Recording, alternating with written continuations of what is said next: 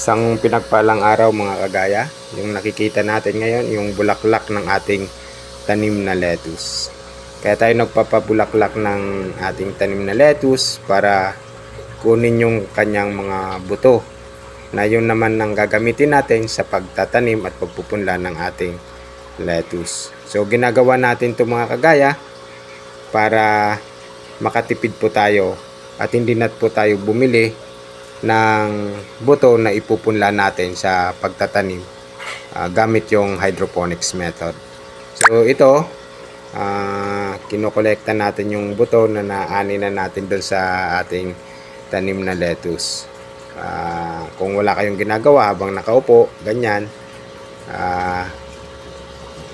makakaipo kayo ng buto. So ito yung ginagawa natin mga kagaya, 2 years na nangongolekta ng buto. At kung hindi nyo pa napanood yung video na in-upload ko sa YouTube, ilalagay ko lang po dito sa comment section. So yan yung romaine na nakolekta natin na bigay sa atin ng bisita natin galing Canada. Mayroon tayong strosa, mayroon tayong yung pulang lettuce. So yan, sa ganitong pamamaraan mga kagaya, malaki yung matitipid nyo kapag nagpapabuto tayo ng ating tanim na lettuce. So nasa comment section po yung kumpletong video para mapanood natin mga kagaya. Maraming salamat po.